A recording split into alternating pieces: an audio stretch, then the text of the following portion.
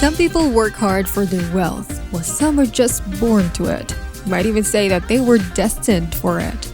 That is exactly the case with the Moroccan royal family of the ALAWI dynasty.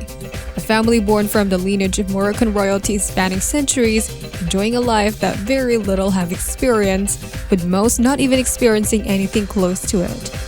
What we're trying to say is that they're really stinking rich and are loving every second of it. Welcome back, and we're Deluxe Living, here to give you a taste of how the 1% live. As you'd probably surmise by now, we'll be taking a look at the glitz and glamour of the Moroccan royal family. Checking out what the royal family's been up to and what their daily expenditures look like. Don't forget to press the like button, hit subscribe, and switch on your notifications. Now take a seat, relax, and enjoy. Ever been to Morocco? I have, and let me tell you, the place is overflowing with culture and class that can rival Asia's colorful history. An attractive gem in the African continent that attracts and captures the hearts of those lucky enough to visit the country. From the rich and diverse culinary delights that blends meat, vegetable, and spices in a sultry fusion of tantalizing flavors, to the gorgeous and fascinating display of cultural richness from its many landmarks and breathtaking sights that makes your eyes pop. No wonder the place is the home of one of the wealthiest families in the world. The royal family of Morocco hails from a long and varied line of men and women from the ALAWI dynasty, all of whom have enjoyed a bountiful and opulent life. And its latest descendants are no exception.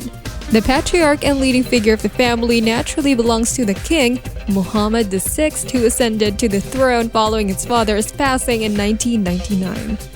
The man has lived a rich and posh life prior to his kingship, so he has more than enough experience when it comes to living the dream. It's evident from the king's long and luscious robes to the cars he rides in. Of course, to say that the king merely relied on his inherited fortune and would be a disservice to his innate entrepreneurial skills. The king has inherited the various businesses under his father's portfolio and has since increased its size. Along with his wealth, his monthly income alone amounts to $140 million. With such an astonishing amount of wealth and influence, it's safe to say that the king has more than enough dough to appreciate the finer things in life, an appreciation which he shows through his extensive collection of luxury watches. We're talking about Rolex and Patek Philippe timepieces that cost thousands of dollars. The crown jewel of this esteemed collection would undoubtedly be his extravagant white gold Patek Philippe Nautilus watch embedded with 893 18-karat diamonds. The perfect example of luxurious excessiveness distilled into a perfect and magnificent form for the price of $1.2 million. This level of adoration is one that the king proudly shares to his fellow world leaders, is evident from the gracious gift he gave to former President Barack Obama in 2016. The king presented the former head of state with a gold-plated brooch, gold clutch, and 2 pairs of earrings made from silver and gold respectively. Each gift is exquisitely designed and encrusted with precious gems from diamonds, rubies, and emeralds. Details regarding the price of the gifts are scarce, but there is very little doubt that the entire set must have cost a fortune. And since His Eminence is a highly regarded figure among world leaders, it seems only fitting for him to be transported in his own Boeing 747-400. The king has bought himself a wide-bodied airliner that you'd normally find flying in commercial airspace. The interior has been refurbished and modified to suit the king's needs and accommodate him and his family in their sky-high excursions. Speaking of high-end getaways, the king also has demonstrated a fondness for sailing, buying off a schooner from the 1930s and giving the old girl a new lease on life as his personal yacht, ALAWI. This old-timer has seen her fair share of action that spanned decades. Now she sails across the vast blue sea with royalty accompanying her. But as we've grown to learn from larger-than-life personalities, one simply isn't enough, which is why the king decided to treat himself with another yacht for the 20th anniversary of his rule. The newly christened Baddest One stretches 17 meters in length, making it one of the largest yachts at the present, completely outshining the 62-meter ALAWI. Must be nice having a personal yacht at your disposal. What about you? Share with us your comments and tell us what you'd do if you have your own yacht. Be sure to leave a thumbs up and subscribe while you're at it. We've got lots of luxurious stories to share with you. We've already covered the king's watch collection, his plane, and his yachts. While all of them are indeed impressive in their own right, they all pale in comparison to the king's massive collection of luxury sports cars. It is speculated that the Moroccan leader has a whopping 600 car collection with models from big names in the automobile industry like Ferrari, Aston Martin, and Maybach, to name a few. The collection boasts a mind-boggling collective value of $400 million, and that's only an estimate for all the cars. That's not even accounting for the additional $120,000 maintenance budget for his impressive car collection. The king's affection for his prize collection is so enduring that he soars a Hercules aircraft just to transport his beloved Aston Martin DB7 to the doorsteps of its manufacturers in Britain. And I thought my hobby of collecting novelty coins was pricey. This level of care and commitment for all things expensive is naturally extended to the king's children.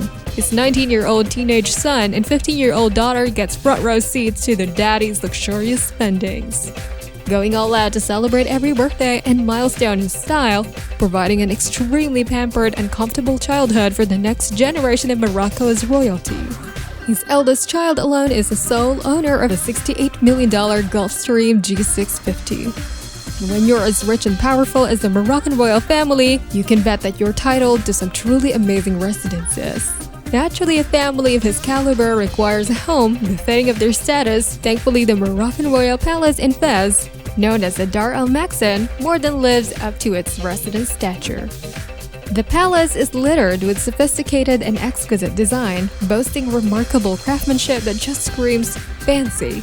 The palace offers its esteemed residents with comfort and security that will make any hotel of lesser quality frown in shame, offering spacious room with high ceilings covered in precious gold and intricately designed brocades. No expenses were spared in ensuring this level of decadence. No wonder the daily maintenance cost of the palace is a staggering $960,000. You heard this right. The place takes $900,000 just to maintain it for a day. Never mind the king's 1,100 staff dedicated solely to maintaining and ensuring the pristine beauty of this marvelous palace. A budget of this magnitude cost the king $8.8 million for the salary of his immense workforce. And this is just one of the 12 palaces that the king owns, with properties around the world with each estate costing up to $500 million. This astonishing real estate portfolio seems prime for another addition, as the king was recently reported to have purchased an upscale property in Paris that overlooked the iconic Eiffel Tower. The Parisian mansion was formerly owned by a Middle Eastern royalty. The place was bought for an estimated price of $85 million. Of course, the king and his royal family couldn't possibly stay in every property, and considering their real estate prices, we can only imagine the skyrocketing cost of maintaining these palaces. Which is why the king decides to grace his commoners with once-in-a-lifetime chance of staying in a royal palace, as the king has outsourced some of his palaces as premier hotels that offer its lucky patrons a taste of Moroccan royalty. The decision paid off, providing the king with a significant side hustle that garners $100 million per annum. If only I have a few spare palaces and swanky mansions of my own to lease and rent to the rich. Hey, a gal can dream, can't she? And that concludes our little Moroccan adventure. I do hope you enjoyed your time with us. Please do so and share what you love about Morocco the most. Planning a trip there someday? Well, share it with us. As always, don't forget to subscribe and hit that notification bell so you don't miss out on deluxe living.